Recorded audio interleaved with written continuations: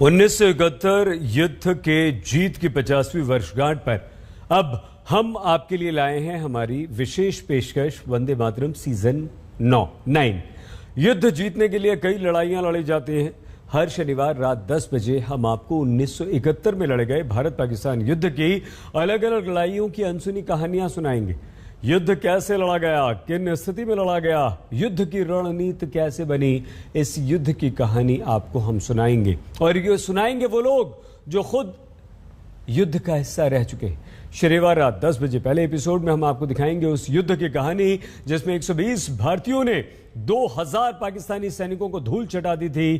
कहानी लोंगेवाला युद्ध की।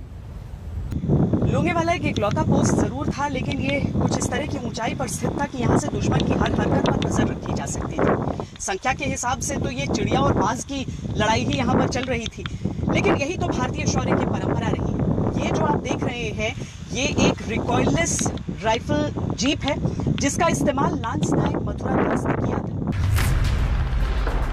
लोंगेवाला पोस्ट की ओर बढ़ते हुए पाकिस्तानियों ने अब बंदूकों का मुंह खोल दिया था। पर जैसे जैसे पाकिस्तानी और करीब आ रहे थे, एंटी टैंक माइन फिट करने का काम भी जारी था। दुश्मन के टैंक उनके सामने थे, लेकिन वो लास्ट मिनट तक एंटी टैंक माइंस जो हैं वो टैंक्स के पीछे नीचे बिछाते गए। टैंक की फायर पावर हम जानते हैं, एक नॉर्मल बंदूक की फायर पावर भी जानते हैं। टैंक के ऊपर भी एक एक्स्ट्रा कोएक्सियल गन होती है, उसकी फायर पावर हम जानते हैं। उनका सामना करते हुए टैंक के सामने आमने सामने अगर आप माइन बिछाने का मादा रखते हैं, मतलब आप हिम्मत रखते हैं, इस देश के लिए हिम्मत रखते हैं, अपनी पलटन के लिए हिम्मत रखते हैं। लोंगेवाला पोस्ट की ओर से जवाबी गोलीबारी भी शुरू कर दी गई। रिकॉइललेस गन से सटीक निशाना लगा और पाकिस्तानियों का पहला टैंक ध्वस्त हो गया।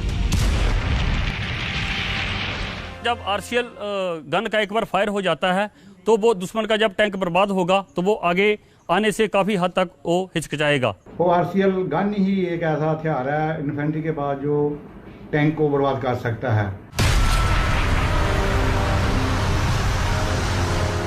आगे बढ़ता हुआ उनका दूसरा टैंक भी माइन की चपेट में आ गया।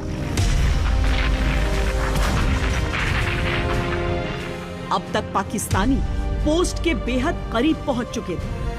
2 टैंकों का हश्र और पोस्ट के चारों ओर फैली कांटेदार तारों को देखकर उन्हें लगा कि यहाँ तो पूरी की पूरी माइनफील्ड है।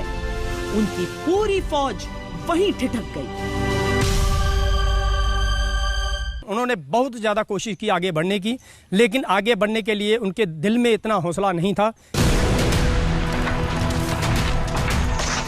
इधर लोंगेवाला पोस्ट से भारतीय सैनिक अब उन टैंकों पर निशाना साध रहे थे जिसमें युद्ध के लिए ईंधन रखा था।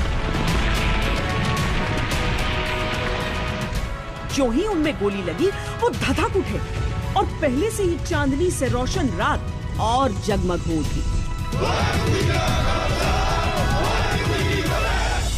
पाकिस्तान की जितनी भी बख्तरबंद गाड़ियां थीं, टैंक थे, वो सब अपनी जगह पर ही नेस्तनाबूद कर दिए गए। इन ध्वस्त गाड़ियों के साथ ही पाकिस्तान का अहंकार भी चकनाचूर हो गया। जब भी किसी दुश्मन के हथियार को या टैंक को कैप्चर किया जाता है तो उस पर आप देखेंगे कि उस देश का झंडा उल्टा करके लगाया जाता है। ये हारने का संकेत होता है। पाकिस्तान के चकनाचूर अहंकार का ये जीता जागता सबूत आज भी लोंगेवाला में मौजूद है।